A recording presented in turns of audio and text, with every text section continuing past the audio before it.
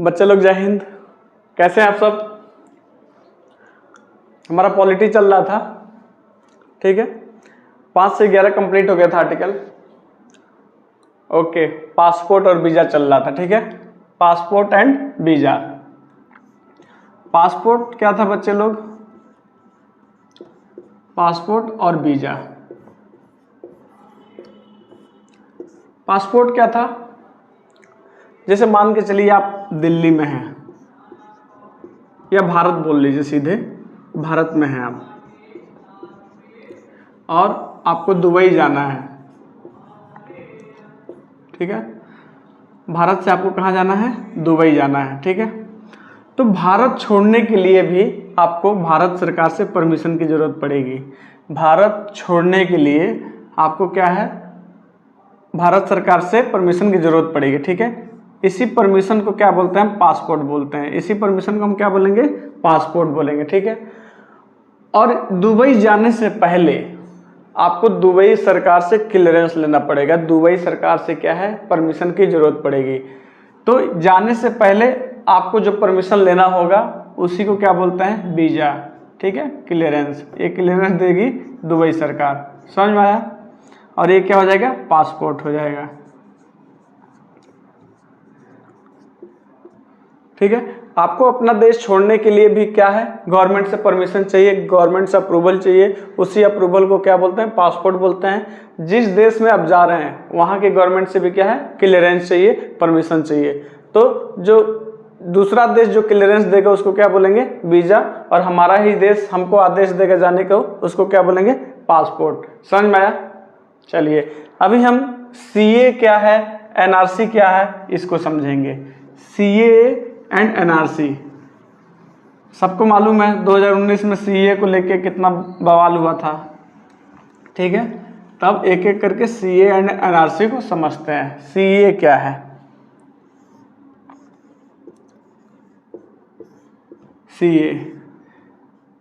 CA होता है citizenship amendment act. Citizenship amendment act, ठीक है।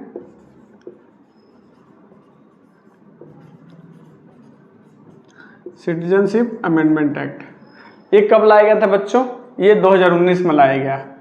सिटीजनशिप अमेंडमेंट एक्ट को कब लाया गया था? 2019 में, ठीक है।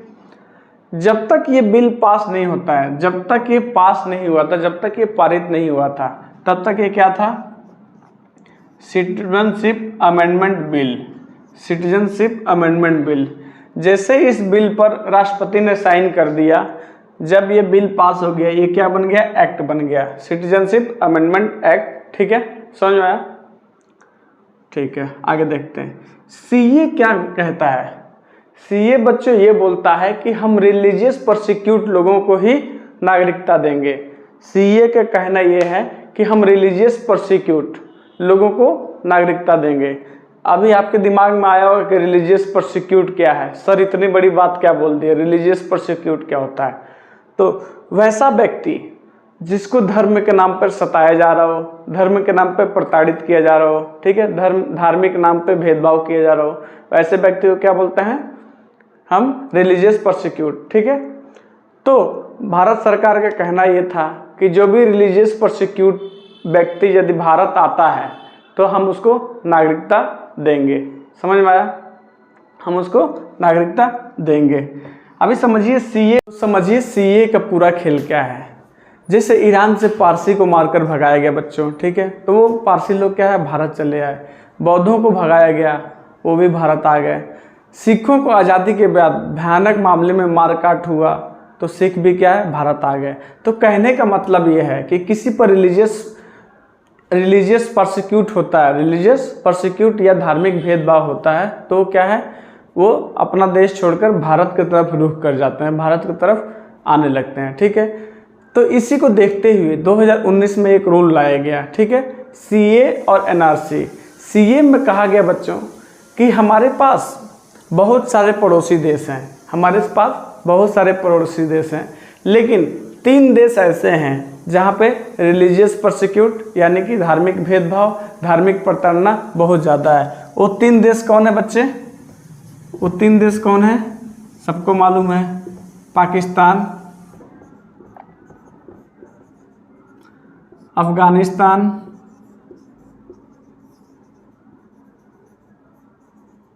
एंड तीसरा कौन है, बांग्लादेश।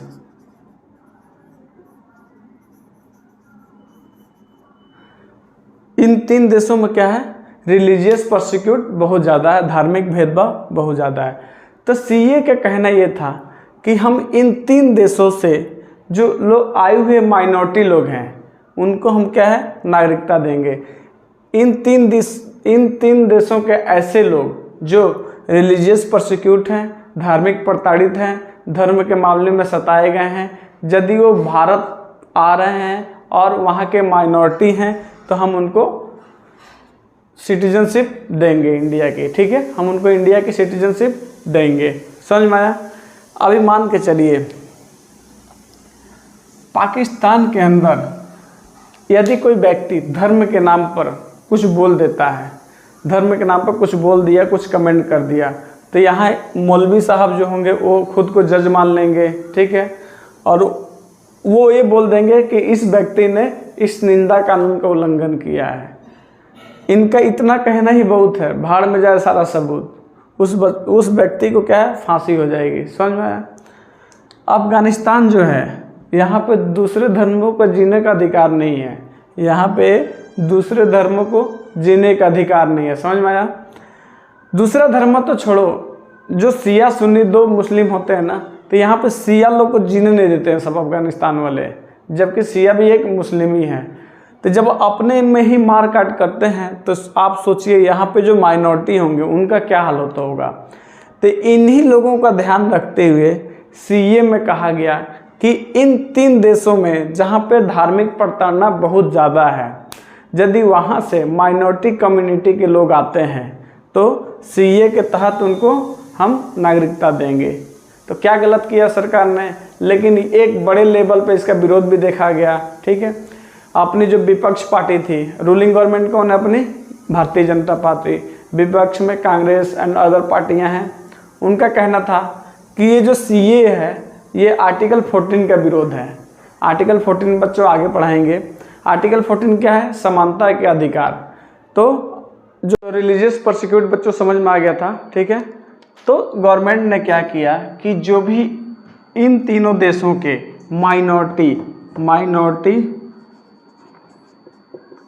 माइनॉरिटी यदि भारत आते हैं, किसके वजह से, रिलीजियस परसिक्यूशन की वजह से, धार्मिक प्रताड़ना की वजह से, धार्मिक भेदभाव की वजह से, तो भारत सरकार उनको नागरिकता देगी। समझ में आया? अभी माइनॉरिटी में जाहिर सी बात है कि ये तीनों देश कौन से हैं, मुस्लिम बहुसंख्यक, यहाँ पे मुस्लिम आबादी ज़्यादा है और गवर्नमेंट ने सीधे माइनॉरिटी की बात कर दी, मतलब यहाँ पे मुस्लिम लोग शामिल नहीं होंगे। समझ में आया? मुस्लिम को छोड़ के बाकी जितने अल्पसंख्यक होंगे, हिंदू, सिख, ईसाई, पारसी, यदि ये लोग आते हैं हमारे देश में तो हम इनको नागरिकता देंगे। समझ में आया? समझ में आ गया? अभी हम आगे बढ़ते हैं, एनआरसी देखते हैं।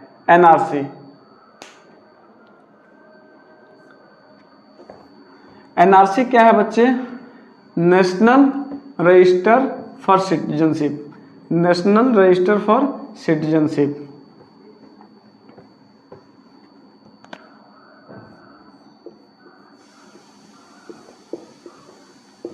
नेशनल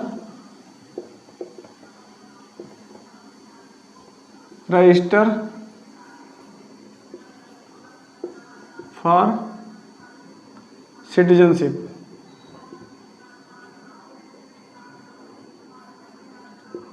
ठीक है, मतलब नागरिकता के लिए रजिस्टर, नागरिकता के लिए रजिस्टर। ठीक है, नेशनल रजिस्टर फॉर काउंसिल। ये सबसे पहले कहाँ आया था? असम में। असम में जैसे लाया गया वहाँ पे बहुत भारी मात्रा में इसका विरोध शुरू हो गया, तो असम में लाया गया और असम में ही इसको ख़त्म कर दिया गया। ठीक है, एनआरसी का कहना बच्चों ये था। ठीक है, देखिए क्या है, जब हमारे बांग्लादेश की लड़ाई चल रही थी, बांग्लादेश के साथ लड़ाई चल रही थी, ठीक है, जब बांग्लादेश से लड़ाई चल रही थी बच्चों, इधर क्या है, ये पाकिस्तान है। ठीक है। और ये वाला एरिया कौन सा था, बांग्लादेश वाला। जब बांग्लादेश से लड़ाई चल रही थी तो ये जो पाकिस्तान के लोग थे, ये पहले क्या पूर्वी पाकिस्तान के नाम से जाना जाता था, समझ में आया। और ये पाकिस्तान था और ये पूर्वी पाकिस्तान था, समझ में आया। जब बांग्लादेश के साथ लड़ाई चल रही थी बच्चे लोग, तो ये जो लोग थे ना, यहाँ के लोगों को नीच समझते थे। इनको काली कलूठा लोग बोलते थे, ये बोला ये काले हैं, नीच हैं, ठीक है। और इसी बीच बच्चे क्या हुआ कि यहाँ पे मुजबल रहमान साहब ने चुनाव जीत गए। मुजबल रहमान साहब क्या है, चुनाव जीत गए, ठीक है। चुनाव जीतते ही क्या है, पीएम के हकदार हो गए। अब यहाँ पे जो बैठे थे पाकिस्तानी लोग, वो क्या बोले मुजबल रहमान को कि हम तुमको पीएम नहीं बनने देंगे, पीएम नहीं बनने देंगे। और इसी क्रम में इन्होंने क्या किया, यहाँ पे सेना उतार दी, सेना भेज दिया। यहाँ से सेना यहाँ आई, क्योंकि ये भी पाकिस्तानी है, ये भी पाकिस्तान है, लेकिन इन्होंने क्या है, इनको नीच समझ के इनको पीएम नहीं बनने देना था। और इसको देखते हुए यहाँ पे सेना उतार दी। जैसे सेना आई यहाँ पे, यहाँ के बहन बेटियों को रेप करना शुरू कर दिया। आप विश्वास मानिए, ऑन रिकॉर्ड 30,000 से ज़्यादा महिलाओं का रेप किया गया यहाँ बांग्लादेश में, जो कि इन्हीं का देश था तब, समझ में आया। रिकॉर्ड में 30,000 है, रिकॉर्ड के पीछे की कहानी पता नहीं 3 लाख भी हो सकते हैं। और यहाँ से वॉलंटियर जो पाकिस्तान के सेना थे ना, वॉलंटियर ट्रांसफ़र लेके आते थे यहाँ बांग्लादेश। क्यों? ड्यूटी करने नहीं, रेप करने के लिए। आप समझ सकते हैं, जब ये अपने देश के नहीं हुए तो किसी का नहीं हो सकते हैं, समझ में आया। अभी यहाँ के लोग क्या है, भागना शुरू कर दिए। यहाँ से क्या है, यहाँ से भाग के भारत में घुसना शुरू हो गए, ठीक है। ये भागने का जो क्रम है ना बच्चों, 24 मार्च 1971 से शुरू हो गया। 24 मार्च 1971 से ये हमारे देश में यहाँ से भाग कर आने का क्रम शुरू हो गया था, समझ में आया। अभी बांग्लादेश के लोगों ने भारत को बोला, उस समय हमारे भारत के प्रधानमंत्री इंदिरा गांधी थी, उनको रिक्वेस्ट किया कि आप हस्तक्षेप करिए। तो इंदिरा गांधी आपको मालूम है आयरन लेडी, उनको क्या दिक्कत, तुरंत हस्तक्षेप किया और इसका नक्शा चेंज कर दिया। पूर्वी पाकिस्तान से क्या बना दिया, बांग्लादेश बना दिया। तो बच्चों एनआरसी ये बोलता है, एनआरसी क्या बोलता है, 24 मार्च 1971 से पहले, 24 मार्च 1971 से पहले जितने भी लोग आए हैं, ठीक है, जितने भी लोग आए हैं, सुप्रीम कोर्ट ने कहा सरकार से कि 24 मार्च 1971 से पहले जितने लोग भी यहाँ आए हैं उनको नागरिकता दी जाए, ठीक है, उनको नागरिकता दी जाए। अभी देखिए, नागरिकता प्राप्त करने की भारत में कितनी विधियाँ हैं, तो 5, जन्म के आधार पर। तो ये बताइए, ये जो भाग के आए थे, ये भारत में जन्म लिए हैं क्या, नहीं, तो इनको जन्म के आधार पर नागरिकता कैसे मिल जाएगी, ठीक है। दूसरा क्या है बच्चों, विदेश में जन्म लेने वाला बच्चा यदि उसके माँ बाप भारत के नागरिक हों तो ये उस कैटेगरी में नहीं आते हैं। ये पंजीकरण कैटेगरी में आ सकते हैं। पंजीकरण कैटेगरी में आने के लिए भी इनको क्या है, 7 साल तक इंतज़ार करना पड़ेगा, 7 साल के लिए रजिस्ट्रेशन भरना पड़ेगा, ठीक है। तो गवर्नमेंट ने क्या किया, इनके इतने जो मुश्किल रूल थे उनको आसान किया और एनआरसी लाया। एनआरसी में ये कहा गया कि आप भारत के नागरिक हैं। एनआरसी में क्या कहा गया कि आप भारत के नागरिक हैं, तो आपको एक प्रूफ दिखाना पड़ेगा कि आप भारत के नागरिक हैं और आप 1971 से पहले भारत में आए हैं। एनआरसी में बस इतना ही कहना था, जिसमें क्या है, आपको 30 तरह के डॉक्यूमेंट्स थे। 30 डॉक्यूमेंट्स में से एक डॉक्यूमेंट्स भी आप दिखा देते तो माना जाता कि आप भारत के नागरिक हैं। आपके पास पैन कार्ड है तो पैन कार्ड दिखा दीजिए, LIC का कार्ड है तो LIC कार्ड दिखा दीजिए, बिजली का बिल है तो वो दिखा दीजिए, हाई स्कूल का सर्टिफिकेट है तो वो दिखा लीजिए, ठीक है। तो कहने का मतलब है, और नहीं है तो आपको गवर्नमेंट 4 महीने का टाइम दे रही थी। आप उस 4 महीने में अरेंज करके सरकार को दिखाइए कि हम 1971 से पहले आए हुए हैं, हमको नागरिकता दी जाए। यदि आप 4 महीने में भी नहीं कर पाते हैं तो आप सुप्रीम कोर्ट जा सकते हैं। सुप्रीम कोर्ट के जज ने यदि बोल दिया कि आप भारत के, सुप्रीम कोर्ट के जज को आप अपना प्रूफ दिखाने में फेल हो गए, तो आप यकीन मानिए आप भारत के नागरिक नहीं हैं, क्योंकि सुप्रीम कोर्ट का जज बहुत सोच समझ के फैसला लेता है। तो आपके पास भारत का नागरिक होने के लिए कितने सारे ऑप्शन हैं। यदि आप सचमुच 1971 के पहले आए हुए हैं तो आपके पास कुछ न कुछ होगा। पैदल चल के आए नहीं होंगे, गाड़ी घोड़ा से आए, वो टिकट होगी, राशन कार्ड होगा, दुनिया भर का 30 तरह के डॉक्यूमेंट्स आप दिखा सकते हैं। समझ में आया? ठीक है, आगे बढ़ते हैं।